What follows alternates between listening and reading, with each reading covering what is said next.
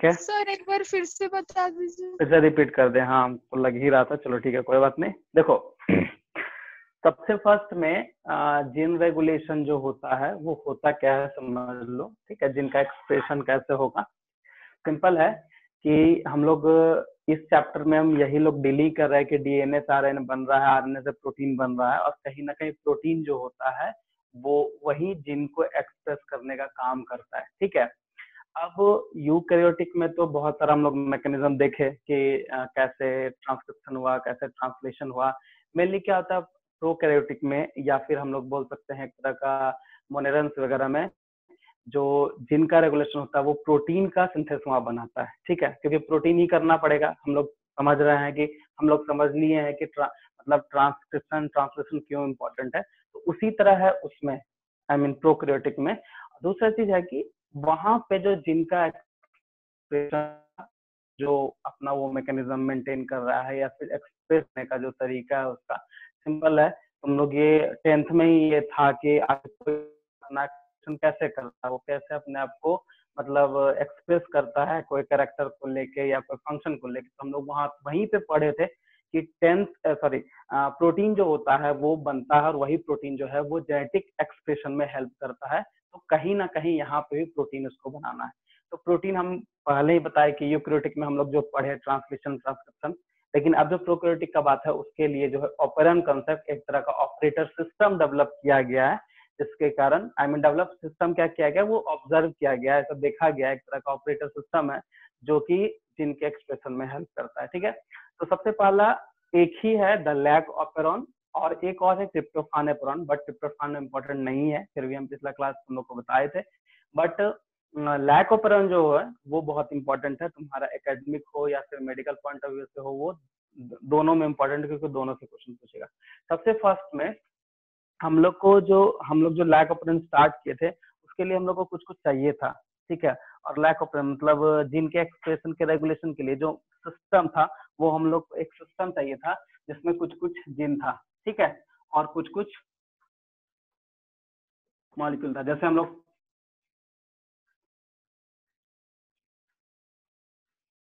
ये था हमारे पास, और इधर जो है इसको हम लोग बोलते थे स्ट्रक्चरल जीन, स्ट्रक्चरल जीन हम लोग ये बोलते थे। इसमें हम लोग कहता था जेड वाई और ए था, जो कि एंजाइम को क्या करता है, वो रिप्रेजेंट करता है, क्योंकि ये एंजाइम हेल्प आता है। कैसे समझो, जैसे सपोज दैट मान लो ये सेल मेम्ब्रेन है, ठीक है, सेल मेम्ब्रेन है, इसके बाहर में लैक्टोज है, ठीक है। तो लैक्टोज मॉलिक्यूल सेल मेम्ब्रेन के अंदर में जाएगा, ठीक है, with the help of diffusion ये चला गया। बट यहाँ इसका क्या काम है, इस प्रोसेस में ये समझना। सबसे फर्स्ट में देखो, जैसे हम लोग यहाँ ये जो हम लोग लिखे हैं, ये जो जीन लिखे हैं, ये क्या है, जैसे प्रमोटर जीन, क्या है, प्रमोटर जीन, और इसमें कौन सा एंजाइम कनेक्ट है, आरएनए पॉलीमरेज, ठीक है। देखो प्रमोटर जीन के पास ऑलवेज जो होता है वो है आरएनए पॉलीमरेज। यहाँ दो प्रमोटर जीन है, दोनों के पास है, वो स्टैंड फॉर ऑपरेटर जीन। और ये आई जो होता है, ये आई जो है वो एक तरह का इंड्यूसेबल कहने का मतलब है, वहां पे हम लोग बोल सकते हैं उसके लिए एक मतलब एक वर्ड है, एक सेकेंड।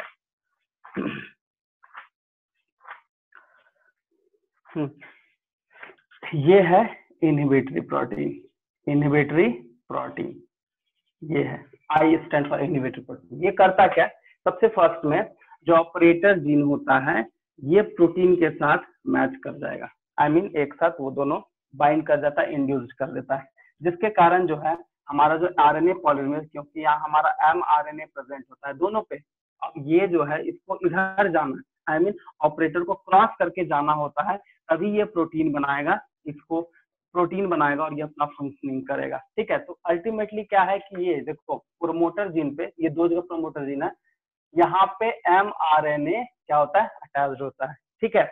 और साथ में पॉलीमरेज एंजाइम है, क्योंकि वहां पे उसको पॉलीमराइज करके प्रोटीन बनाना है, इसीलिए वो है वहां पे। बट ये जो इनहिबिटरी प्रोटीन है ये ऑपरेटर जीन के साथ बाइंड कर जाता है, क्यों, क्योंकि इसके पास और कोई दूसरा बाइंडिंग करने के लिए है ही नहीं, ठीक है। तो यहाँ पे क्योंकि ये एक तरह का इंड्यूसेबल है, तो इसको हम लोग बोल सकते हैं, दूसरा इसका मेथड, सॉरी दूसरा इसका नाम है इंड्यूसेबल इंड्यूसिबल प्रोसेस भी इसको बोलते हैं, ठीक है। एक रिवर्सिबल प्रोसेस है, एक इंड्यूसिबल प्रोसेस है। तो लैक्टोज के इंड्यूशन से ये स्टार्ट होता है, आई मीन प्रोटीन का बन पाता है, इसलिए इंड्यूशन बोलते हैं। तो सबसे फर्स्ट में हम क्या बताएं, ये हमारा एक सेगमेंट है जो कि अलग अलग जीन यहाँ पे रिप्रेजेंट हो रहा है। ऐसे एनसीईआरटी में 3 ही दिया है, CIO करके ही दिया है, बट यहाँ पे प्रमोटर जीन होता है। दूसरा चीज है कि ये जो हम देख रहे हैं यहाँ पे 3 एंजाइम है। तो पहला जो एंजाइम है वो कौन सा है,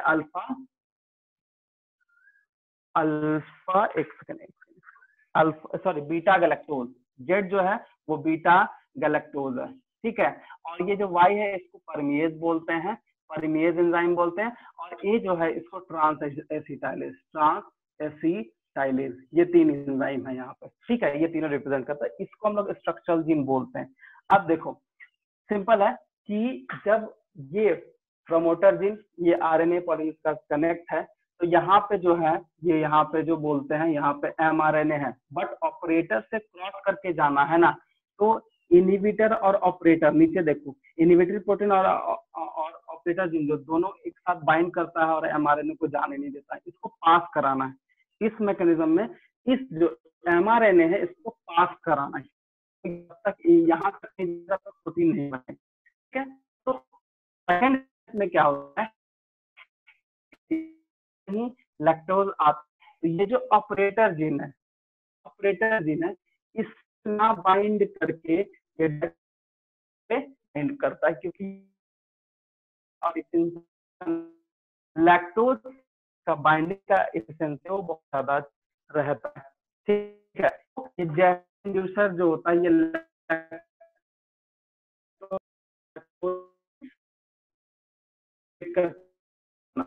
अब ये जो एंजाइम है ये सेकंड एंजाइम परमिशन चला गया, ठीक है। सॉरी, सेल के अंदर में चला गया, ट्रांस एसिटाइलेज अल्टीमेटली इसको यूटिलाइज कर लेता है। क्या कर देता है, ये एंजाइम का भी अपना काम हो गया और ये इधर आके प्रोटीन भी बना दिया। क्योंकि यहाँ पे लैक्टोज बाइंड करता ही नहीं, वो मतलब प्रमोटर जिनके पास mRNA plus RNA polymerase enzyme है, वो दोनों यहाँ से मूव कर पाता है। ऑपरेटर से जैसे ही क्रॉस करेगा वो प्रोटीन बना लेगा और ये लैक्टोज से बाइंड करेगा। तो लैक्टोज को अल्टीमेटली यूज कराना है, तो इस हेल्प से आई मीन इस मैकेनिज्म बीटा लैक्टोज को कन्वर्ट कर गैलेक्टोज में, और परमिएज इसको परमीट करता है और ट्रांस एसिड जो है वो यूटिलाइजेशन मतलब जो वो करेगा। यही है इसका लैक्टोज, और इसमें कुछ है नहीं। बोलो।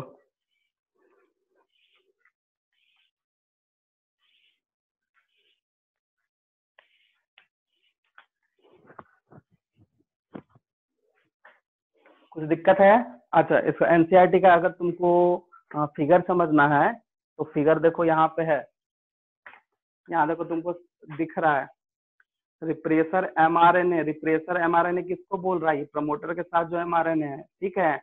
ये इसके साथ ऑपरेटर के साथ कनेक्ट होकर इसको बाइंड कर दिया और ये मूव नहीं कर पाता है। लेकिन जब यहाँ लैक्टोज इंड्यूस्ड हो जाता है तो ये इनएक्टिव होगा और ये mRNA फिर आगे बढ़ेगा, और यही लैक mRNA जो है अल्टीमेटली प्रोटीन बनाता है। फिगर में भी तुमको साफ दिख रहा होगा, ठीक है। तो इसी को हम लोग बोलते हैं इंड्यूसिबल प्रोसेस। रिवर्सिबल में हम लोग को ट्रिप्टोफान पढ़ना होता है, जिसमें क्या होता है कि जैसे इसमें ऑपरेटर में क्या देख रहे हैं कि ऑपरेटर के साथ ये बाइंड कर रहा है, लेकिन उसमें क्या होता है कि ऑपरेटर के साथ वो बाइंड करेगा तभी वो mRNA आई मीन सिंपल है वो प्रोटीन बना पाएगा mRNA। समझे यहाँ तक? Yes sir.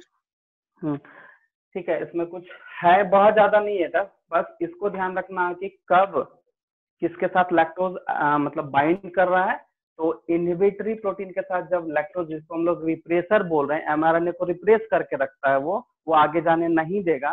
तो क्योंकि इसलिए आगे जाने नहीं देता क्योंकि ये इनहिबिटरी प्रोटीन जो होता है ऑपरेटर से कनेक्ट होगा, तो भाई रास्ता ही बंद कर दिया तो जाएगा कैसे। अब इसको रास्ता खोलना है तो इसको स्विच ऑफ मैकेनिज्म भी बोलते हैं। ये प्रोटीन अपना होता है फंक्शनिंग करता है। सिंपल है इसमें, तो इसमें यही है। ठीक है, यस कुछ दिक्कत है?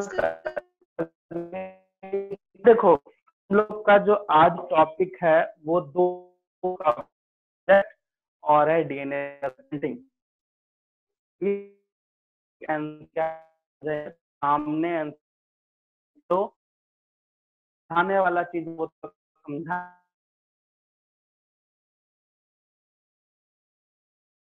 तो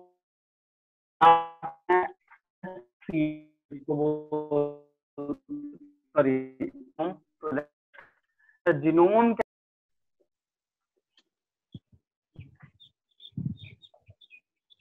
निधि बताओ, जीन से एसोसिएटेड क्या होगा? ठीक है, आंसर सही है, जीन से एसोसिएटेड। देखो सिंपल है कि ह्यूमन जीनोम प्रोजेक्ट नाम हाँ क्यों दिया, और इसका दूसरा नाम होता है मेगा प्रोजेक्ट। क्यों इसका नाम दिया ये भी हम तुमको बताएंगे। आज इसमें सिर्फ हिस्ट्री है और जो भी मैकेनिज्म है वो थोड़ा बहुत है, तो जो भी हम नोट कराएंगे ही जरूर। ठीक है, पहला बात कि ह्यूमन जीनोम प्रोजेक्ट का जो मैकेनिज्म आई मीन ये सब इसका जो कॉन्सेप्ट है वो क्यों आया। ठीक है, तो सबसे फर्स्ट जीनोम जो जैसे बोले कि एग्रीगेशन ऑफ जीन है, जब कोई फंक्शन को मेंटेन करता है या बहुत सारे फंक्शन को मेंटेन करता है और वो एक साथ प्रेजेंट है तो उसको हम लोग बोलते हैं जीनोम। ठीक है, और अप्रोक्सीमेशन ह्यूमन में जो जितना जीनोम है, क्योंकि सबको हम ले रहे हैं ह्यूमन जीनोम प्रोजेक्ट मतलब पूरा जितना भी बॉडी में है वो सबको हम एग्रीगेट करके एसोसिएट करके बोल रहे हैं जीनोम, क्योंकि उसमें जो बेस पेयर है total 3 billion base pair present है। कितना? 3 बिलियन बेस पेयर। ठीक है, उसके पहले हम समझते हैं आखिर ये प्रोजेक्ट क्यों लाया गया है। तो सबसे फर्स्ट में ये ध्यान दो कि हम लोग जैसे ये प्रोजेक्ट लाने का मेन रीजन है कि जो डिजीज है, जैसे हम लोग बोलते हैं ना कि कहीं जाते हैं डॉक्टर के पास तो हम लोग सिम्टम्स बताते हैं कि हमको सर्दी है, खांसी है, सर दर्द है, पेट दर्द है, कुछ भी, क्योंकि ना वो दवाई दे पाता है। ठीक है, लेकिन जेनेटिक डिसऑर्डर में बहुत ज्यादा नहीं पता चलता है, तो हम लोग जीन का स्टडी करते हैं तभी पता चलता है। तो जब तक जीन के सीक्वेंसिंग के बारे में नहीं पता रहेगा तब तक कि कौन बेस पेयर का क्या मोटो है, क्या है, कैसे काम कर रहा है, उस तरह से उसके बिना फिर कैसे काम होगा। इसीलिए जीन का या फिर जीनोम का जो है वो स्टडी करना बहुत इंपॉर्टेंट था, और उसी को बता दिया कि ह्यूमन जीनोम प्रोजेक्ट, क्योंकि ये ह्यूमन के बॉडी का टोटल जीन का स्टडी किया, टोटल बेस पेयर का मतलब एक एक बेस पेयर का स्टडी किया, इसलिए इसको ह्यूमन जीनोम प्रोजेक्ट बोला गया। मेगा प्रोजेक्ट क्यों बोला, इसका कुछ मतलब रीजन है। उसके पहले एक और तुम समझ सकते हो कि जितना भी जेनेटिक डिसऑर्डर है, क्रोमोसोमल डिसऑर्डर है, उसके एग्जैक्टली पता करने के लिए उसके एग्जैक्टली बिहेव जो है, जैसे बोलते हैं कैरेक्टरिस्टिक्स वगैरह जो भी है डिजीज से रिलेटेड या जो भी हेरिडिटी से रिलेटेड हम लोग बात करते हैं, मतलब सिंपल क्रोमोसोम एंड जीन से रिलेटेड जो भी डिजीज है उसको पहचानने के लिए इस चीज को जानना, जीनोम को जानना बहुत इंपॉर्टेंट है। जैसे हम लोग पढ़े कि बहुत सारा जो है किसी बेस पेयर का जो एमिनो एसिड है वो चेंज हो जा रहा था, आखिर कैसे?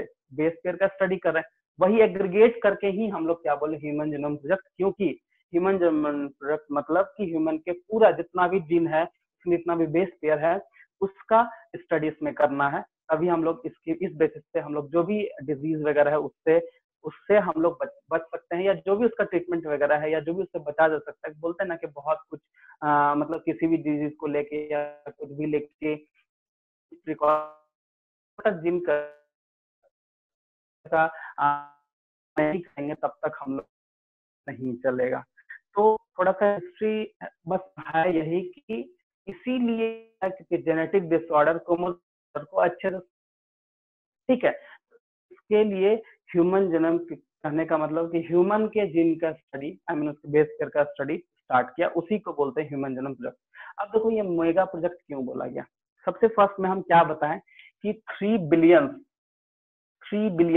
क्या है, बेस पेयर प्रेजेंट है पूरे ह्यूमन के जीनोम में। बेस पेयर का बात कर रहे हैं, ठीक है, बेस पेयर प्रेजेंट है, और एक बेस पेयर के स्टडी में कम से कम $3 यूएस डॉलर खर्च होता है। कितना? $3 यूएस डॉलर। 3 बिलियन में 900 बिलियन अगर हम टोटल का करते हैं तो 900 बिलियन जो है वो इतना पैसा, क्योंकि ये पैसा की बात बोल रहे हैं, रुपया का बात है, एक बेस पेयर को स्टडी करने में यूएस का $3 यूज होता है, लेकिन 3 बिलियन का करेंगे तो अप्रोक्सीमेटली 90 बिलियन US$ खर्च होगा, इसीलिए इसका नाम पड़ गया मेगा प्रोजेक्ट। इसमें हिस्ट्री ही है और ज्यादा कुछ है नहीं, जो मैकेनिज्म है वो थोड़ा सा है, वो हम जरूर बता देंगे, ठीक है। तो हम क्या बताएं कि मेगा प्रोजेक्ट क्यों नाम पड़ा, क्योंकि ये बहुत ही ज्यादा, मतलब कह सकते हैं बहुत ही ज्यादा, मतलब बहुत बड़ा प्रोजेक्ट था, बहुत ज्यादा इसमें पैसा खर्च हो रहा था, इसीलिए इसको बोला गया मेगा प्रोजेक्ट। ये है। दूसरा चीज क्या है कि इसका जो है, ठीक है, ये स्टार्ट कब हुआ था, तो अप्रोक्स करते हैं, ये स्टार्ट हुआ था 2009 में, बट इसका अप्रोक्सीमेशन लिया गया था कि 13 साल तक चलेगा काम। मतलब इस ह्यूमन जीनोम प्रोजेक्ट का, जो ह्यूमन का जीनोम का जो प्रोजेक्ट का ईयर अप्रोक्स देखा, अनुमानित बोलते हैं ना कि हाँ इतना साल में खत्म हो जाएगा, तो वो था 13 साल, लेकिन 13 साल में ना होके ये 16 ईयर, मतलब 1990, मतलब 1990, ठीक है। अब 1990 में स्टार्ट हुआ, 13 साल तक अनुमानित किया गया था, बट ये 16 साल तक चला, ठीक है। मतलब कि 2006 तक इस प्रोजेक्ट को कंप्लीट करने में लगा, मतलब 16 ईयर तक। पहले क्या था, ये 13 ईयर्स तक था, तो इसीलिए इसका मेगा प्रोजेक्ट बोला जाता है। रीजन बस यही है, क्योंकि बहुत पैसा भी लग रहा है, बहुत टाइम भी लग रहा है, ठीक है।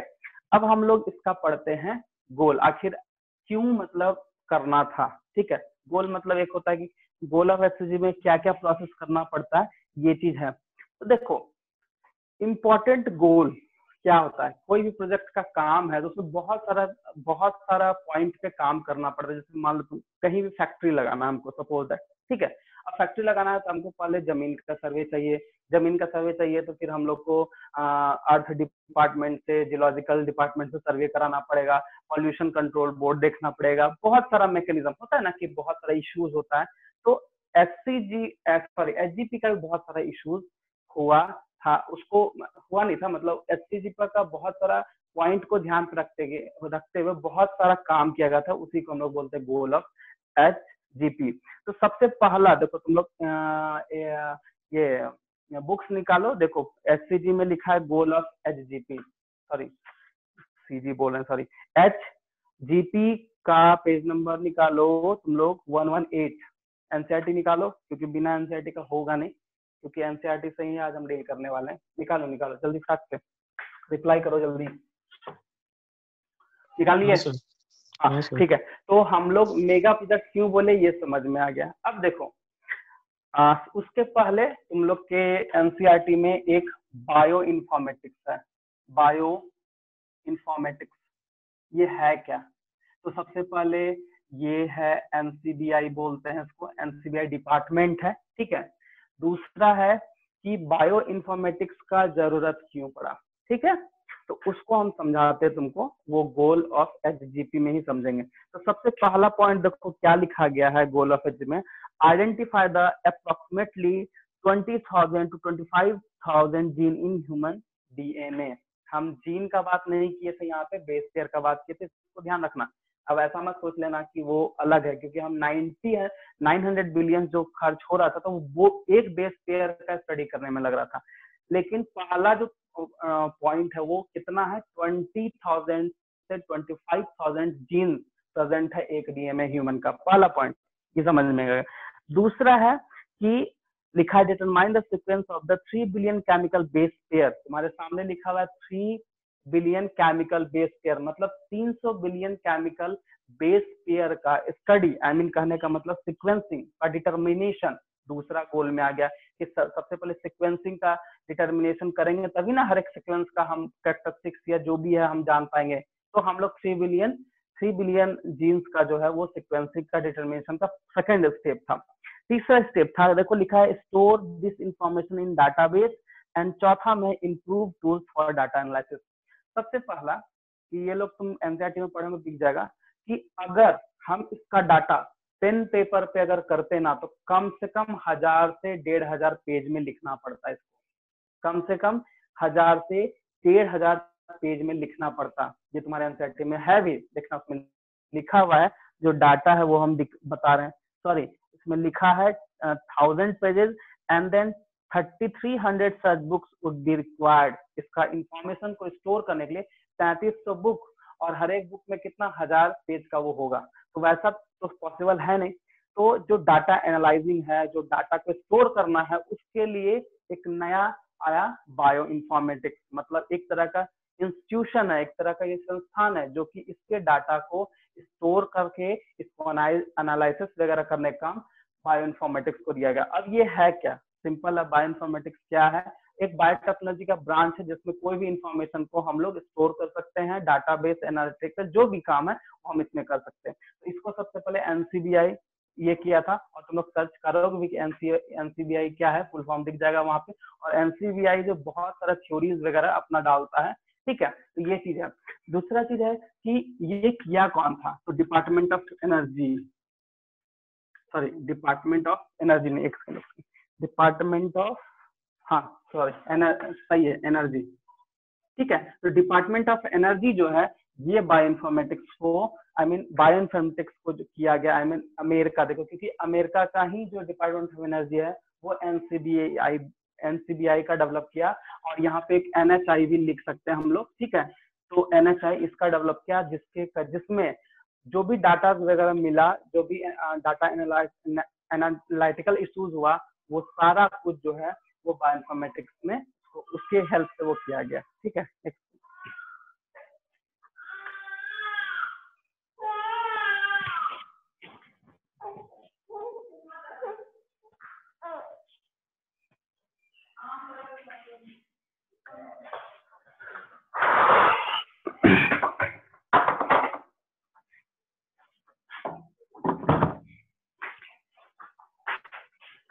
हाँ, तो हम क्या बताते हैं, बायो इन्फॉर्मेटिक्स मतलब समझ में आएगा कि जो भी स्टोर डाटा है, डाटा का एनालिसिस है, वो सारा बायो इन्फॉर्मेटिक्स को दिया गया, जो कि एक तरह का एनसीबीआई है।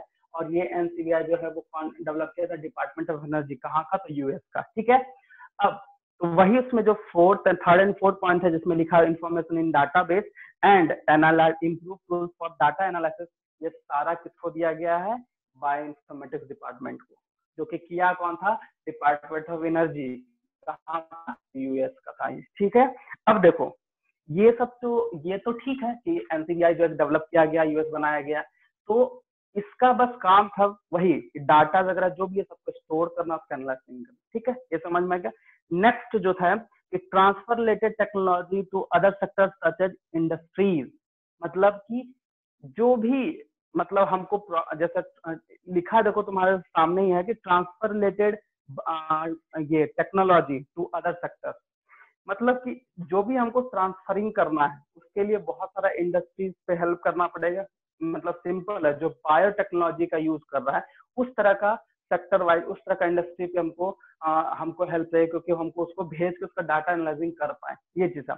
और तीसरा, सॉरी छठा जो मेन, वीडियो थोड़ा लैग कर रहा है, अच्छा पहले ऑडियो आ जा रहा है, उसके बाद फिर आपका एक्सप्रेशन हो रहा है। अरे नेटवर्क का थोड़ा इशू होगा क्योंकि बारिश हुई है ना। अच्छा चलो ठीक है, समझ में आया, मतलब समझ में आया बोलते हैं, दिख रहा है, हाँ सर दिख रहा है, चलो ठीक है। तो हम क्या बताएं, तो बायो इन्फॉर्मेटिक्स। अब देखो नेक्स्ट है जो मेन इंपॉर्टेंट है, देखो कोई भी प्रोजेक्ट तुम स्टार्ट करोगे, सिंपल, ये सिंपल इशू सब जगह आता है, उसका legal issue, ethical issue and एक और इशू आता है जो हम लोग सोशल इशू बोलते हैं, ठीक है ना। ये तीनों को हैंडल करने के लिए अलग डिपार्टमेंट नहीं बनाएगा, जो कि तुम्हारा छठा पॉइंट है, ये बहुत इंपॉर्टेंट है। तुम कोई भी प्रोजेक्ट स्टार्ट करो, ठीक है, उसके लिए इस तरह का इशू आता ही है, मान लो सोशल अगर कुछ होगा, एथिकल होगा, या फिर हम बोल सकते हैं उसके लिए कि लीगल इशू जो भी है वो, उसके लिए एक अलग टीम बनाया गया ताकि ये काम के बीच में किसी तरह का हमको प्रॉब्लम क्रिएट ना हो, कोई ऑब्जेक्शन ना करे, उसके लिए अलग टीम काम किया, ठीक है। तो सबसे पहले हम लोग गोल में क्या पढ़े, गोल ऑफ एचजीपी में क्या पढ़े कि ह्यूमन में जो 20,000 से 25,000 जो जीन है उसका हम लोग का सीक्वेंसिंग जानना था, क्योंकि जीन के बारे में स्टडी करना था।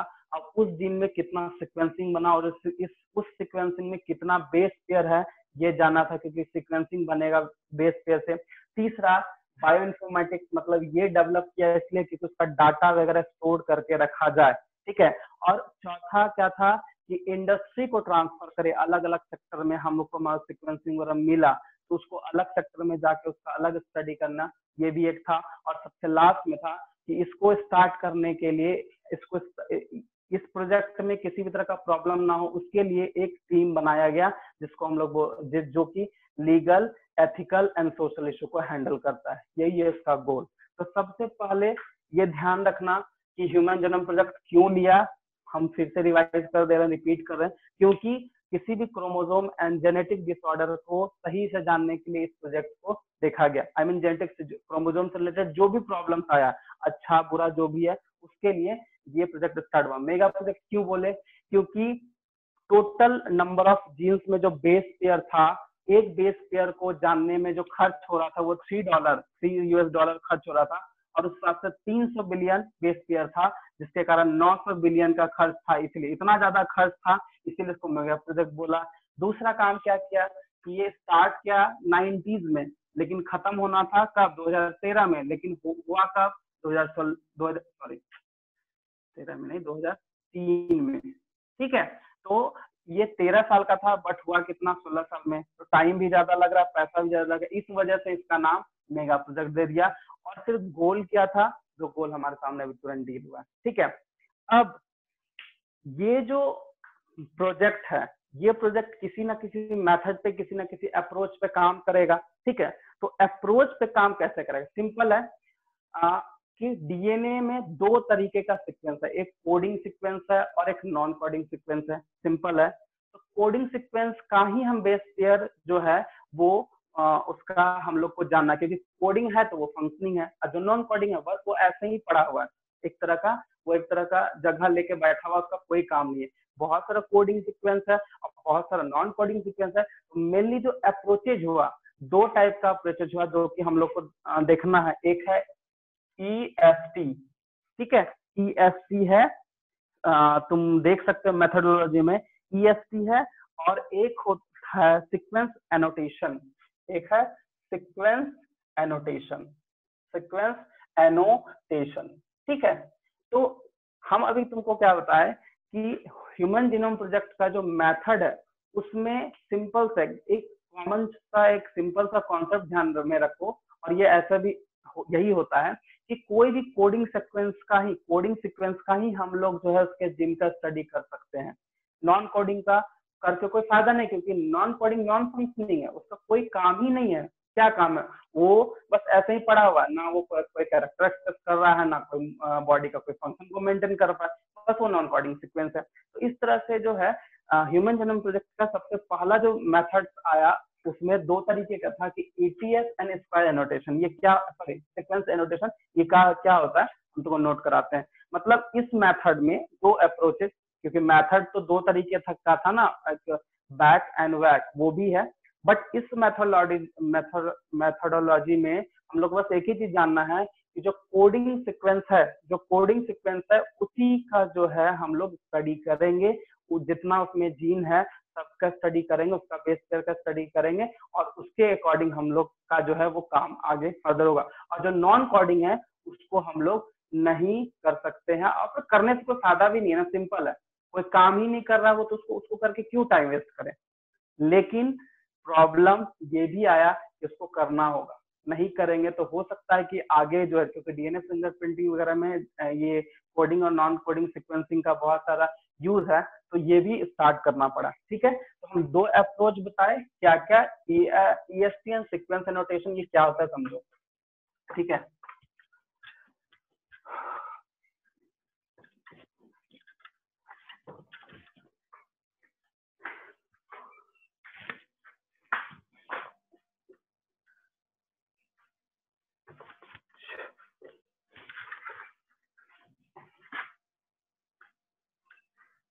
अप्रोच, ठीक है, तो दो अप्रोच था, ठीक है, टू अप्रोच था।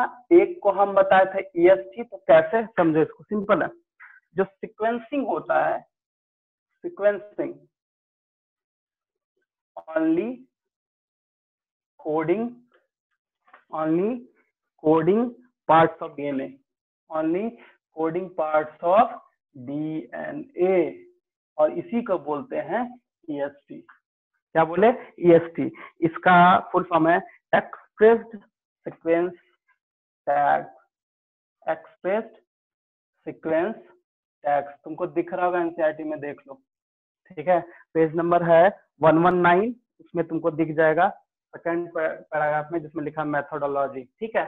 और दूसरा जो है, जो हम बोले सीक्वेंसिंग एनोइंग, वो क्या होता है इसमें देखो, सीक्वेंस ऑफ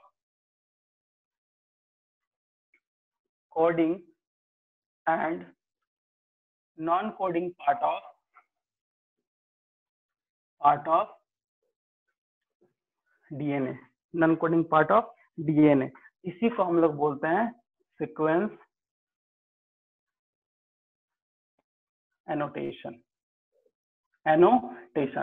तो देखो यहाँ पे एक चीज हम लिखे हैं, सीक्वेंस ऑफ कोडिंग, तो चलो ठीक है, और एक नॉन कोडिंग, मतलब कि मान लो कुछ ऐसा डीएनए का सेगमेंट है जो कोई काम नहीं करता, लेकिन उसके साथ कुछ ऐसा सेगमेंट है जो अलग अलग काम, मतलब कोडिंग एंड नॉन कोडिंग दोनों, ठीक है। तो इसमें प्रॉब्लम क्या हुआ कि नॉन कोडिंग सीक्वेंस वाला जो है बहुत ज्यादा प्रॉब्लम करता है, बहुत ज्यादा प्रॉब्लम होता है, हुआ भी है, इसीलिए इसको बोला है सीक्वेंस एनोटेशन। एनोटेशन का मतलब ही होता है कि जो प्रॉब्लम क्रिएट करता है, जो मतलब एक तरह का कि झूठ मूठ का, मतलब एक बोलते हैं ना कि एक कोडिंग, मेरे पास कोडिंग मान लो सपोज बहुत सारा कोडिंग आया, अब ऐसा कोडिंग हम लोग ले लिए जिसका कोई बॉडी में काम ही नहीं है, तो उसमें हम टाइम वेस्ट क्यों करें, उसी चीज को लिखा है सीक्वेंस एनोटेशन। कहने का मतलब कहीं ना कहीं हमको अगर प्रोजेक्ट पे काम करते हैं और वो कोडिंग सीक्वेंस आ गया तो ठीक है, लेकिन नॉन कोडिंग आ गया तो उसका कोई काम नहीं, लेकिन फिर भी करना पड़ता है, तो ये कहीं ना कहीं प्रॉब्लम क्रिएट करता है, उसी को बोल दिया सीक्वेंस एनोटेशन। और दूसरा देखो यहाँ क्लियरली लिखा है एक्सप्रेस्ड सीक्वेंस सिंटैक्स, और यहाँ लिखा है सीक्वेंस एनोटेशन। इसका मतलब सिंपल है, जो एक्सप्रेस कर रहा है उसका सीक्वेंसिंग जानना, बेस पेयर का सीक्वेंसिंग जानना, वो बहुत इंपॉर्टेंट है, क्योंकि हमको अल्टीमेटली उसी सीक्वेंस से सारा काम देखना है। अगर फर्दर कहीं कुछ होता है, किसी भी तरह का बीमारी होगा, तो उसी सीक्वेंस को हम, उस सीक्वेंस के बारे में जानेंगे तब ना काम करेंगे। जो एक्सप्रेस हो रहा है वो हो रहा है, और जो नहीं भी हो रहा है उसको भी करना पड़ रहा है, जिसको हम लोग सीक्वेंस एनोटेशन बोले, ठीक है। ये अप्रोचेज में एक तरह का मेथोडोलॉजी में है, ठीक है। अब रियल में जो मेथड क्या,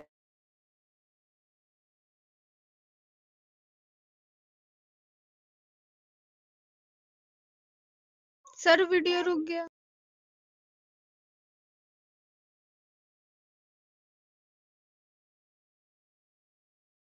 क्या गया ठीक है, इसको ज्यादा है नहीं।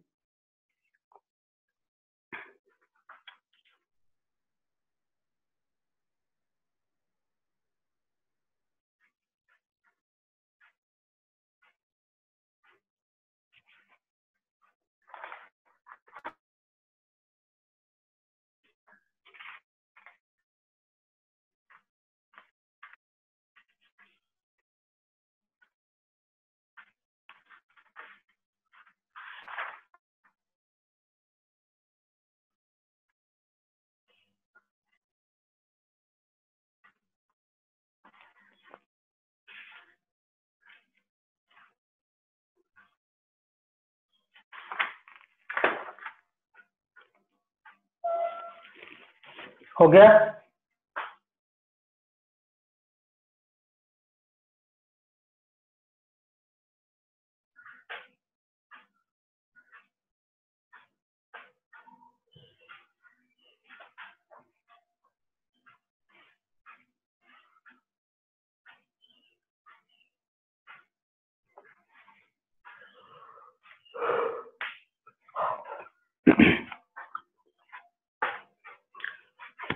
नोट कर लिए?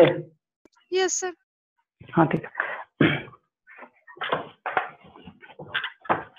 अब हम लोग का जो मेथड में है, मेथड में हम लोग देखो, क्योंकि देखो तुम्हारे एनसीईआरटी में ईएसटीएन सीक्वेंस मेथड में ही डाल दिया, लेकिन मेथड में बस कुछ कुछ प्रोसेस है जो हम लोग को देखना है, वही हम लोग को जानना। छोटा सा मेथड है, समझ लो क्या है। मेथड ऑफ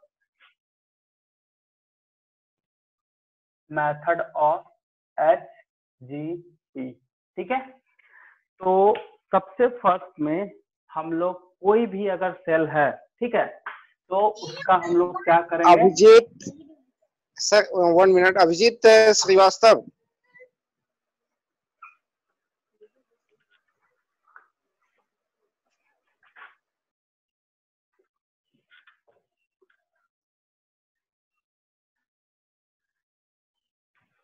हाँ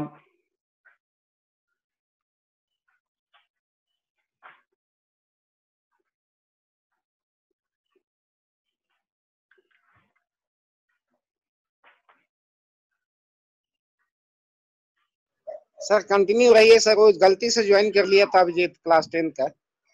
अच्छा अच्छा अच्छा, चलो ठीक है।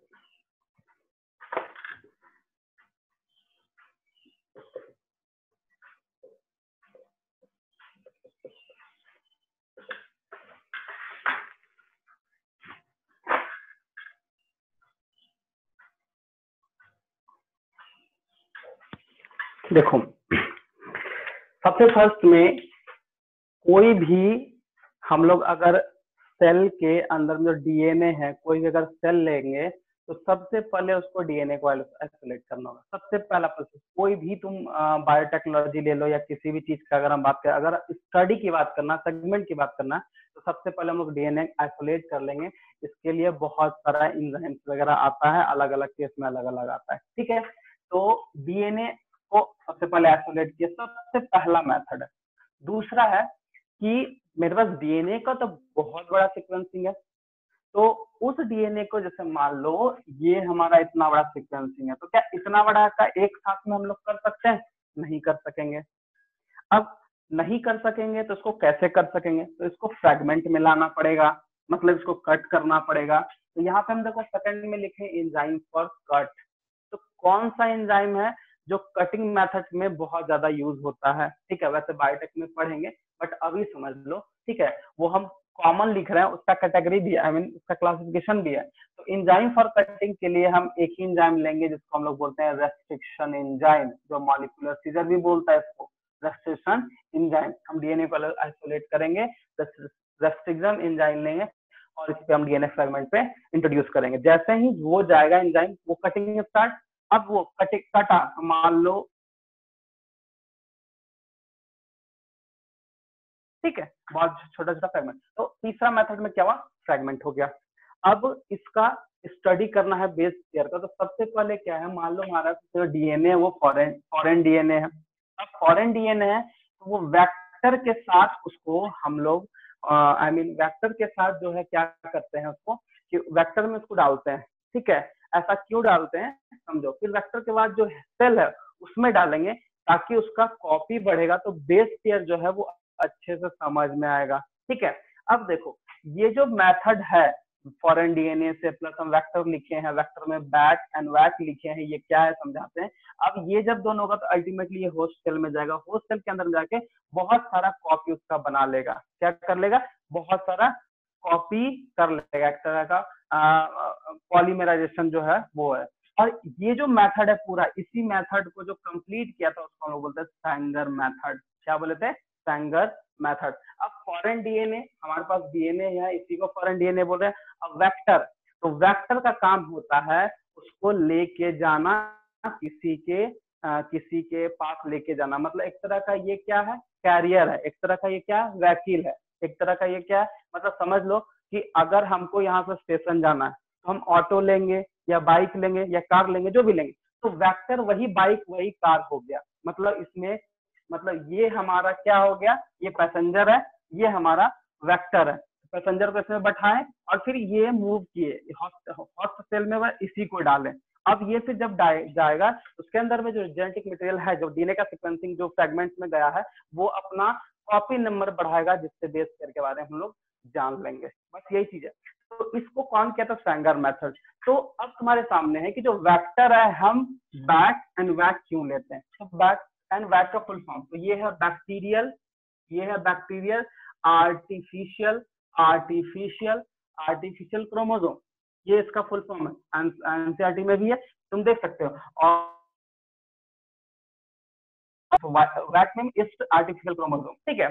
तो हम लोग जो वेक्टर के तौर पे हम लोग ईस्ट को लिए। अच्छा, एक सवाल सामने कि हम ईस्ट को ही क्यों लिए? हम लोग बैक्टीरिया को भी ले सकते हैं। देखो हम यहाँ लिखे हैं बैक्टीरियल आर्टिफिशियल क्रोमोसोम और ईस्ट आर्टिफिशियल क्रोमोसोम, कि बैक एंड वैक, हम वैक को ही क्यों लेंगे? मतलब कहने का डीएनए आइसोलेट हुए, इसको कटिंग किए, फ्रेगमेंट में कन्वर्ट हो, वो फ्रेगमेंट को फॉरेन डीएनए बोल रहे हैं। अब इसको हम वेक्टर में इंट्रोड्यूस करेंगे, जब उसमें चला जाएगा तब फिर वो होस्ट सेल में जाकर कॉपी करेगा। तो आखिर वेक्टर में वैक को क्यों लिए, या फिर हम लोग बोलते हैं इस आर्टिफिशियल क्रोमोसोम को क्यों लिया गया? क्योंकि इस आर्टिफिशियल जो है वो मैक्सिमम फ्रेगमेंट्स को, मैक्सिमम फॉरेन डीएनए को क्या है वो कंटेन कर सकता है, मतलब कैपेसिटी ज्यादा है, ठीक है।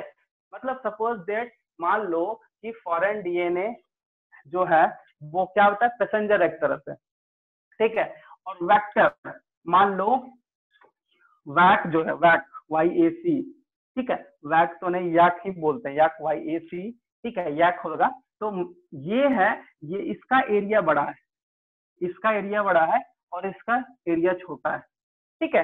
तो सोचो अगर इसका एरिया बड़ा होगा तो ये मैक्सिमम फ्रेगमेंट्स को ले जाने का काम करेगा ना, और बैक्टीरिया का कम होता है। तो एक तरह से समझ लो, मान लो कि अगर तुम्हारे सामने टेम्पो है और तुम्हारे सामने कार है, कार में ऑब्वियस सी बात है स्पेस ज्यादा होगा, उसी तरह याक के तरह, याक वही चीज होता है कि याक में जो होता है मैक्सिमम फ्रेगमेंट को ले जाने का काम करेगा।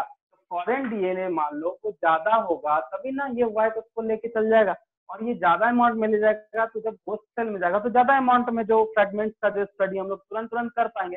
इसीलिए गैक को है लिया जाता है, बैक्टीरिया को नहीं लिया जाता। ले हम दोनों को सकते हैं, लेकिन कैपेसिटी जो होता है वो YAC का ज्यादा होता है। बस ये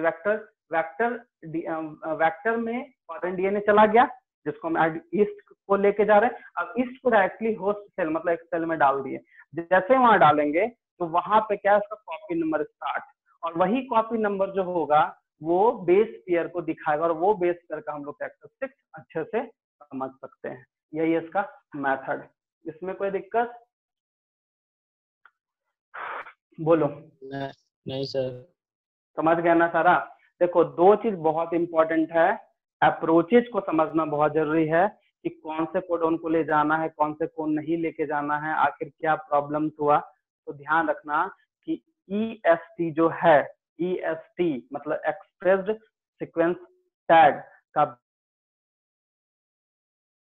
बहुत इजी था, बहुत सिंपल था, लेकिन जो हमारा सीक्वेंस एनोटेशन था, सीक्वेंस एनोटेशन का जो coding and non coding part था वो थोड़ा मुश्किल था। चलो वहां से भी हम लोग आगे बढ़े। तो मेथड्स में क्या हुआ, पहला डीएनए आइसोलेट, दूसरा एंजाइम फॉर कटिंग, तो रेस्ट्रिक्शन एंजाइम कट करने के बाद जब फ्रेगमेंट में हुआ तो फ्रेगमेंट को ही हम लोग यहाँ फॉरेन डीएनए बोल रहे हैं। अब वही फ्रेगमेंट को हम लोग वेक्टर में डाले, वेक्टर कौन लिए, इसका लिए, फिर इसको होस्ट सेल में डाले, और होस्ट सेल में डालने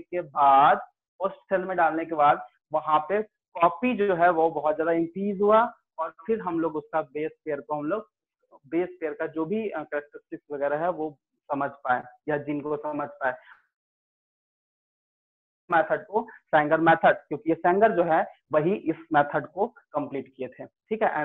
वो मेथड को किए थे, इसलिए सैंगर मेथड बोला जाता है, ठीक है। तो सैंगर मेथड तो खैर बहुत काम किए हैं, ठीक है ना।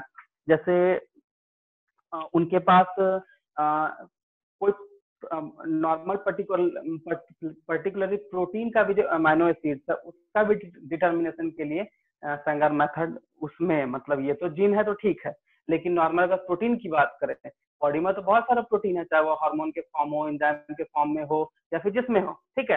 तो उसका भी जो बेस पेयर का या अमीनो एसिड का डिटर्मिनेशन था वो सैंगर ही किए थे। तो कुछ कुछ चीज है, बट ह्यूमन जेनोम प्रोजेक्ट में मेनली जो बेस पेयरिंग का जो या फिर जिनका जो बोलते हैं उसका बिहेव कैरेक्टरिस्टिक का जो स्टडी था वो सैंगर ही किया था, इसलिए इसको सैंगर मेथड बोलते हैं। यही है, ठीक है। अब तुम पेज नंबर निकालो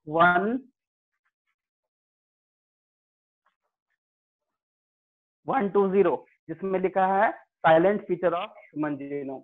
निकालो, इसको नोट कर लो, इसको नोट करो फटाक से।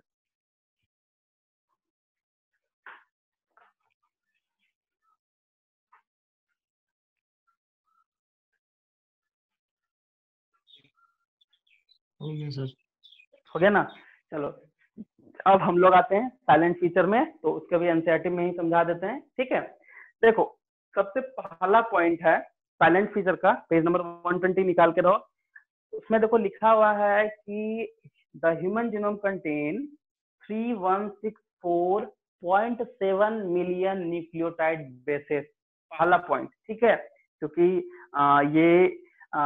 ये मेथड होने के बाद पता चला है। तो सबसे फर्स्ट में हम लोग को पता चला कि ह्यूमन जीनोम में टोटल ह्यूमन का जो भी जीन है उसमें कितना बेस पेयर है, न्यूक्लियोटाइड बेस है 3164.7 मिलियन। ठीक है, पहला। दूसरा है the average gene consist of 3000 base pair. सोचो कि एक जीन जो है वो एवरेज अप्रोक्स, पूरा पूरी तो नहीं है श्योर, बट एवरेज जो है 3000 मिलियन, सॉरी 3000 बेस से वो बना है एक जीन। ठीक है, दूसरा है लेकिन उसमें ये भी है, लेकिन हर एक जीन का जो है साइज, शेप एंड साइज अलग है। क्यों ऐसा कि क्रोमोसोम देख लो, जैसे मान लो हम लोग का 22 क्रोमोसोम है ना, तो मोस्टली हम लोग सेक्स क्रोमोसोम में एक्स एंड वाई पढ़ते हैं। तो देखना वाई का जो क्रोमोसोम सिस्टर क्रोमेटिड्स है वो बहुत ही छोटा है और एक्स का थोड़ा बड़ा होता है। ठीक है, उसका शेप एंड साइज भी दूसरे तरह है, लेकिन वाई में क्या है, एक सिस्टर क्रोमेटिड जो क्रोमेटिड सिस्टर क्रोमेटिड है वो गायब रहता है। ठीक है, उसी चीज से हम लोग उसको पहचान पाए, वो चीज भी है। दूसरा चीज है कि सबसे पहला जो था वो है तुम्हारा लार्जेस्ट जो ह्यूमन जीन था उसका देखो नाम लिखा हुआ है, वो है डिस्ट्रोफिन। देखो लिखा हुआ है सेकंड पॉइंट में, ये इंपॉर्टेंट है, पूछता है कि largest human gene is called dystrophin. ठीक है, ये पूछता है। ठीक है, तो बेस पेयर से जिनका स्टडी से ही पता चला कौन लार्जेस्ट है कौन स्मॉलेस्ट है, इस तरह से। तो पहला पता हुआ कि जीन कितना कंटेन होता है। ठीक है, दूसरा ये पता चला कि एक जीन में अप्रॉक्स कितना बेस पेयर है, और तीसरा ये पता चल गया कि सबसे लार्जेस्ट जीन, ह्यूमन का सबसे लार्जेस्ट जीन कौन है, तो डिस्ट्रोफिन है। उसके बाद the total number of gene is estimated 30,000, much lower than previous estimate of 80,000 to 1,40,000 genes. ठीक है, almost 99.9% nucleotide base are exactly the same in all the people. देखो यहाँ लिखा हुआ है कि 99.9% न्यूक्लियोटाइड का जो होता है वो ऑलमोस्ट सेम होता है पीपल। मतलब सिंपल है कि जो पेरेंट्स और बच्चे की बात करें तो उस केस में भी बोल सकते हैं, या नॉर्मल अगर हम एक दूसरे की बात करते हैं, क्योंकि हम लोग ह्यूमन के केस में बहुत मतलब मैक्सिमम जो है फंक्शनिंग सेम है, ऐसा नहीं फंक्शनिंग डिफरेंट होगा। तो कहीं ना कहीं उसके लिए जो जिन रिस्पॉन्सिबल है, जो बेस पे रिस्पॉन्सिबल, वो ऑलमोस्ट सेम बोला गया। कुछ है जिसके कारण हम लोग में जो है वो अलग अलग फंक्शनिंग या कैरेक्टरिस्टिक्स दिखता है। ठीक है, जो भी। अब देखो तीसरा है the function are unknown for over 50% of the discovered gene. The function are unknown for over 50% of the discovered gene. सही है, ये हम पहले ही बताए कि बहुत ऐसा जीन है जो हमारे बॉडी में ऐसा ही पड़ा हुआ, उसका जो फंक्शनिंग है वो अननोन है। ठीक है, ये चीज है।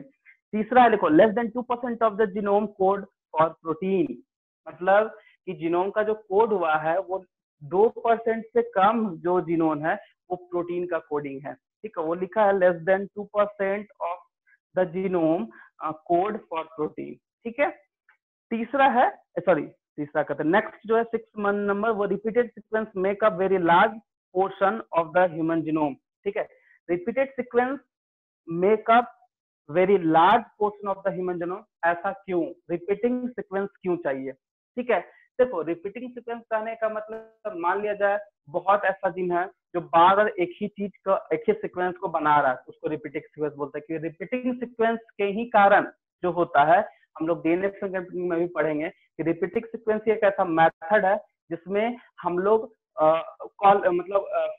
मैच करते हैं। डीएनए फिंगरप्रिंटिंग में होता क्या, सेल से न्यूक्लियस निकालो और न्यूक्लियस का जो बेस पेयर है वो मैच करो, बाकी बात जिस केस में वो है उसका डीएनए को मैच करो, दोनों सेम हो गया एग्जैक्टली, तो वही उसका जो भी है, चाहे वो क्राइम के लिए यूज हो या जो भी यूज हो, वो हम लोग इस तरह पता करते हैं। तो रिपीटिंग सीक्वेंस होना बहुत जरूरी है, ये ऐसा होता भी है। ठीक है, नेक्स्ट है repeating sequence are staged of DNA sequence that are repeatedly many times, sometimes 100 to 1000 times. They इसमें कुछ है फंक्शन दे सेड वही chromosome structure dynamic and evolution, सही बात है कि डायनामिक एंड इवोल्यूशन क्यों है, सिंपल है, डायनामिक एंड इवोल्यूशन क्यों है, क्योंकि ये रिपीटिंग जो है तो वो चेंज होते रहता है टाइम टू टाइम, ठीक है, तो इसीलिए वो इवोल्यूशन में बहुत ज्यादा हेल्प कर जाता है, ठीक है, क्योंकि हम लोग जब डीएनए प्रिंटिंग पढ़ेंगे तो उसमें अल्टीमेटली रिपीटिंग यूनिट किस किस बेसिस पे हम लोग बांटते हैं ये भी देखते हैं, जिसके कारण इवोल्यूशन वगैरह उससे डिपेंड कर जाता है, सिंपल है, पहले का एनिमल कुछ था, अभी का एनिमल कुछ है, ऐसा हम लोग जान रहे हैं, और हर एक में कुछ ना कुछ है, लेकिन बहुत कुछ जो है फंक्शनिंग सेम पता चलता है, इसका मतलब जीन भी उसका सेम ही काम कर रहा होगा, अब रिपीटिंग होने के कारण वो क्या हो रहा है, वो अपने फंक्शनिंग में चेंज हो रहा है टाइम टू टाइम, ना उसका जो टाइम किसी का जल्दी लगता है, किसी का लेट से होता है, तो वो इवोल्यूशन वगैरह में काम। नेक्स्ट है 8 number, chromosome 1 has the most gene, सही बात है कि 23 पेयर में जो पहला क्रोमोसोम है उसमें सबसे ज्यादा जीन है, और सबसे लास्ट जो है सेक्स क्रोमोसोम, उसमें जो एक्स वाई का बता रहे थे, एक्स वाई में क्या क्रोमोसोम का स्ट्रक्चर ही देखना थोड़ा डिफरेंट है, तो उसमें सबसे कम जीन है, तो वो डाटा भी दिया है कि chromosome 1 has most gene 2968 approx 3000 लिख रहा है, और सबसे कम जो है वाई क्रोमोसोम में होता है जिसको 231 मतलब 231 उसमें जीन प्रेजेंट है, ठीक है, ये है। लास्ट है साइंटिस्ट हैज आइडेंटिफाई 1.4 आइसोलेशन, हाँ देखो एक चीज और है कि 1.4 million location where single base DNA difference, जिसको single nucleotide polymorphism pronounced as snips occur in human. देखो यहाँ पे एक पॉलीमॉर्फिज्म है, ये होता क्या है, पॉलीमॉर्फिज्म तुम कैसे समझोगे, पॉली का मतलब क्या होता है, एक से ज्यादा, और मॉर्फो का क्या मतलब होता है, उसका स्ट्रक्चर, ठीक है, तो एक से ज्यादा डिफरेंट टाइप ऑफ स्ट्रक्चर, और ये जो होता है एग्जैक्टली जो है हम लोग पता करते हैं कि इसका इवोल्यूशनरी रिलेशनशिप क्या है। देखो जैसे मान लो सपोज दैट पॉलीमॉर्फिज्म को समझ लो, ह्यूमन का सेल है उससे डीएनए हम निकाल दिए, और हम इसके कट करने के लिए कौन सा एंजाइम दिए, रेस्ट्रिक्शन एंजाइम। जब ये एंजाइम देते हैं तो यहाँ पे एक डिस्टेंस, एक लेंथ के हिसाब से कटिंग होता है, ठीक है, और इसी लेंथ के हिसाब से हम लोग अगर दूसरा ह्यूमन का भी लाएंगे, दूसरा मान लो कोई मान लिया एक मेल का ला एक फीमेल, दोनों है तो ह्यूमन, अब दोनों का अगर डीएनए निकाल के एंजाइम देंगे तो दोनों का जो डिस्टेंस है वो सेम होगा, जिससे ये पता चलता है कि ये दोनों उतना ही क्लोज स्पीशीज है, ये भी एक है पॉलीमॉर्फिज्म यही है। अब सपोज इट मान लो ह्यूमन का ले लेते हैं एक सेल, उसका डीएनए का हम कटिंग करते हैं, और दूसरा जिसमें रेस्ट्रिक्शन एंजाइम यूज कर लेंगे, और दूसरा कि एक हॉर्स का ले लेते हैं, तो सोचो हॉर्स का जो डीएनए का सेगमेंट है इस तरह से, ठीक है, जब उसको कटिंग करेंगे हो सकता है ये सेम हो, लेकिन दूसरा जो सेगमेंट है वो ज्यादा बड़ा हो, लेंथ भी डिपेंड कर जाता है, ये भी है। तो इस तरह के जैसे RFLP एक होता है प्रोसेस, ठीक है, वो चीज है, तो इसमें डिस्टेंस से पता चला, डिस्टेंस का सिक्वेंसिंग से देखो यहाँ पे दोनों सेम है, लेकिन इसका और इसका दोनों अलग है, जिससे हम लोग को ये पता चलता है कि ये थोड़ा दूर का रिलेटिव है मैमल एंसेस्टर ही है, लेकिन वो दूर का रिलेटिव, ठीक है। तो पॉलीमॉर्फिज्म जो हम लोग यहाँ पे लिखते हैं सिंगल न्यूक्लियोटाइड पॉलीमर FNP जो बोलते हैं, वो कुछ कुछ में ऐसा होता है जिससे ये पता कर सकते हैं कि किसका किससे क्लोज रिलेशन है, ह्यूमन टू ह्यूमन है, ह्यूमन टू हॉर्स है, हॉर्स टू हॉर्स है, कैसे पता चलेगा, कैसे मान लिया आदमी नहीं है बस उनको उसका सेल है, तो कैसे पता ये किसका, तो इस तरह का इवोल्यूशन वगैरह में ये सब बहुत ज्यादा हेल्प करता है, एक तरह का एंसेस्टर रिलेशनशिप या क्लोज रिलेशन किसके साथ क्या है वो हम लोग को पता चलता है। यही है तुम्हारा ह्यूमन जीनोम प्रोजेक्ट का पूरा। तो साइलेंट फीचर समझ गए, हम एनसीईआरटी से ही समझा दिए क्योंकि वही चीज तुमको लिखना है, वही इंपॉर्टेंट भी है, और गोल ऑफ HGP थोड़ा पढ़ लेना, और सबसे इम्पोर्टेंट है मेथोडोलॉजी जो कि बहुत इजी है, उसमें तुमको दिक्कत नहीं होगा। फिर से रिपीट करते हैं मेथोडोलॉजी कि पहला डीएनए को आइसोलेट करो, दूसरा उसको कट करो रेस्ट्रिक्शन एंजाइम से, तीसरा जब वो फ्रेगमेंट में कन्वर्ट हो जाएगा तो वो हमारा फॉरेन डीएनए तो वेक्टर डीएनए में डालना, वेक्टर में डालना, तो वेक्टर हमारा क्या है, दो है, याक एंड बैक। तो हम लोग याक लेते हैं, क्यों याक लेते हैं, क्योंकि मैक्सिमम जो सीक्वेंसिंग है वो उसमें जाएगा, आई मीन वो कंटेन करेगा, ठीक है, और वो कंटेन करने के बाद फिर होस्ट सेल में उसको इंट्रोड्यूस करेंगे, वहां पे जो रिपीटिंग यूनिट है, आई मीन जो उसका रिपीटिंग कॉपी है, इंक्रीज करेगा वो, और उस कॉपी का हम लोग स्टडी स्टार्ट करेंगे जिसमें बेस पेयर इंजन के बारे में पता चलेगा। और उसके बाद हम लोग जो साइलेंट फीचर आता है, उस मेथड के बाद जो साइलेंट फीचर में दिखा वो तुम्हारे सामने, ठीक है। तो कुछ कुछ चीज है जो बहुत इंपॉर्टेंट है, तो मेथडोलॉजी इसको पढ़ लेना, ठीक है। और इसी में तुम्हारा मेथडोलॉजी में ही जो है जब हम लोग इसका साइलेंट फीचर जाएंगे तो मेथडोलॉजी के बाद जो साइलेंट फीचर है उसका पॉइंट वाइज पॉइंट उसको जरूर याद करना, क्योंकि गोल भी लिखने आता है और साइलेंट फीचर भी आता है, ठीक है। और गोल है तो मेथड तो जानना ही चाहिए, और मेथड होगा तभी उसमें फीचर लिख पाएंगे। तो ये तीन, इस टॉपिक में तीन चीज है, तीन चीज में टॉपिक खत्म हो जाएगा। और ये हमेशा बोर्ड्स में आने वाला क्वेश्चन है, ठीक है। ध्यान रखना कि HGP जो है उसका डाटा से मेडिकल में पूछता है, बट थ्योरेटिकल जो है मैक्सिमम वो तुम्हारा पूछेगा किससे, वो किसमें पूछेगा, तुम्हारा बोर्ड्स में। ये बहुत इंपॉर्टेंट है। बस यही है, यहाँ तक किसी को कुछ दिक्कत है तो पूछ सकते हो। देखो एप्लीकेशन फ्यूचर चैलेंजेस थोड़ा सा उसमें पढ़ लेना, तो इसमें क्या क्या है। तो जैसे मान लिया जाए कि हम लोग कोई पर्टिकुलर रिसर्च कर रहे हैं, उस सब में ये सब में हेल्प आ जाता है। कोई क्रोमोसोम से रिलेटेड कुछ अगर हम सर्च कर रहे हैं तो उसमें ये चीज हेल्प आ जाता है, क्योंकि अगर हम लोग जीन या बेस पेयर के बारे में अगर पता कर लेंगे तो ही हम उसके बारे में कुछ भी, क्योंकि कैरेक्टरिस्टिक्स वगैरह पता रहना चाहिए, तभी हम उसका आगे जो भी जिस फील्ड में जाओ, ठीक है, चाहे ऑर्गन हो, टिश्यू हो, किसी कोई पर्टिकुलर सेल का भी अगर हमको जब तक जीन के बारे में नहीं पता रहेगा तब तक उसको उस सेल का किसी भी पर्पज से हम काम करना मेरे लिए मुश्किल है। फिजियोलॉजिकल नहीं, सारा जेनेटिकल अगर काम करना है तो उसका ये स्टडी करना ही पड़ेगा। यही इसका यूज है, यही इसका मेथड्स वगैरह है, ठीक है। बाकी बात इसमें और कुछ है नहीं, इसको बस तुमको देखो नोट्स लिखने का बस एक ही चीज है कि थोड़ा सा हिस्ट्री भी जानना बहुत इंपॉर्टेंट है। आखिर बायोइन्फॉर्मेटिक्स क्यों लाया गया, क्यों मेगा प्रोजेक्ट बोला गया इस तरह से, क्योंकि वो दिया हुआ है, उतना ही दिया हुआ है, और इतना ही मतलब काफी है, इससे ज्यादा तुमको पढ़ना है नहीं, ठीक है। क्योंकि ये सब टॉपिक से कभी भी एक्स्ट्रा बाहर से कुछ क्वेश्चन नहीं पूछेगा, कभी भी। अगर मेडिकल की बात करो तो नहीं पूछेगा, कभी भी नहीं पूछने वाला है, ठीक है ना। पूछेगा कहाँ, तो बायोटेक का कुछ पार्ट है उसमें पूछ सकता है, या फिर फिजियोलॉजी से कुछ पूछता है, तो वो अलग बात है, जो हम आते जाएगा तो बताते जाएंगे। तो इसको इतना करके रखो, ठीक है। ये टॉपिक खत्म हो गया। और कुछ पूछना है तो पूछ सकते हो। अच्छा, टाइम तो रहा नहीं, अब डीएनए फिंगरप्रिंटिंग नेक्स्ट क्लास खत्म करेंगे और इवोल्यूशन से स्टार्ट करेंगे, ठीक है। तो नेक्स्ट क्लास देखो, नेक्स्ट क्लास हम डाउट क्लास रखना चाह रहे थे, ठीक है, कि तुमको इस चैप्टर में जो कुछ डीएनए फिंगरप्रिंटिंग खत्म होने के बाद, ठीक है, क्योंकि डीएनए फिंगरप्रिंटिंग जो है ना वो थोड़ा लेंदी टॉपिक है, उसमें टाइम थोड़ा जा सकता है, ठीक है। तो जो भी हो उसके बाद हम लोग के पास जो भी टाइम बचेगा, ठीक है, उस टाइम पे हम लोग इस चैप्टर का जो भी प्रॉब्लम है वो सॉल्व करेंगे। चाहे किसी भी चीज को, कोई भी एक्सपेरिमेंट, कोई भी मैकेनिज्म किसी को नहीं आ रहा है, एक बार रिवाइज कर लेना, क्योंकि तुम लोग का क्लास शायद सैटरडे को ही है, तो एक दिन टाइम है, तो एक बार रिवाइज कर लेना, ठीक है। जो नहीं समझ में आया या भूल जा रहे हो, ठीक है, या मतलब सिंपल है कि हमको नहीं समझ में आया, और ज्यादा क्या बोलेंगे, ठीक है। तो उसके लिए नेक्स्ट क्लास डाउट क्लास रहेगा डीएनए फिंगरप्रिंटिंग पढ़ने के बाद।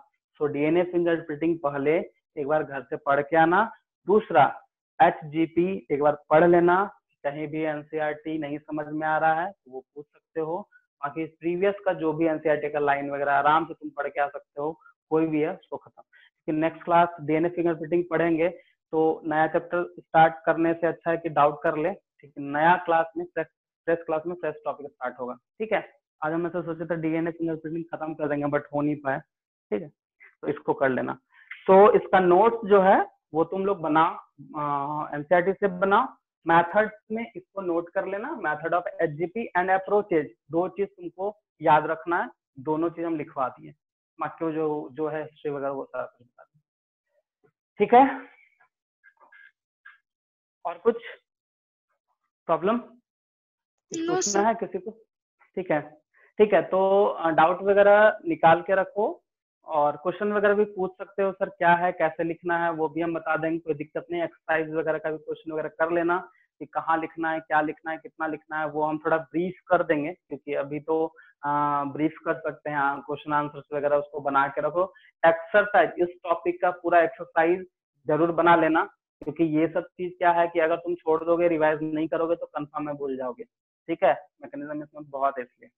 ठीक है, तो हम लोग फिर next class DNA figure printing with doubt. ठीक है, तो उसको, और हाँ, ये वाला जो हम बोल रहे हैं एचजीबी का जरूर एनसीईआरटी एक बार पढ़ लेना, देखना कहीं कुछ छूटा नहीं छूटा है ना। ऐसा छूटा नहीं है, 100% हम पढ़ा दिए हैं एनसीईआरटी, और जहाँ तक कॉन्सेप्ट देने का था, जहाँ तक इजी करने का था, हम कर दिए। अब तुम लोग को नहीं समझ में आएगा तो फिर नेक्स्ट क्लास उसका हम फिर से रिवाइज करा सकते हैं। ठीक है, कोई दिक्कत नहीं। ठीक है, फिर नेक्स्ट क्लास मिलते हैं। ठीक है, thank you sir. Thank you sir.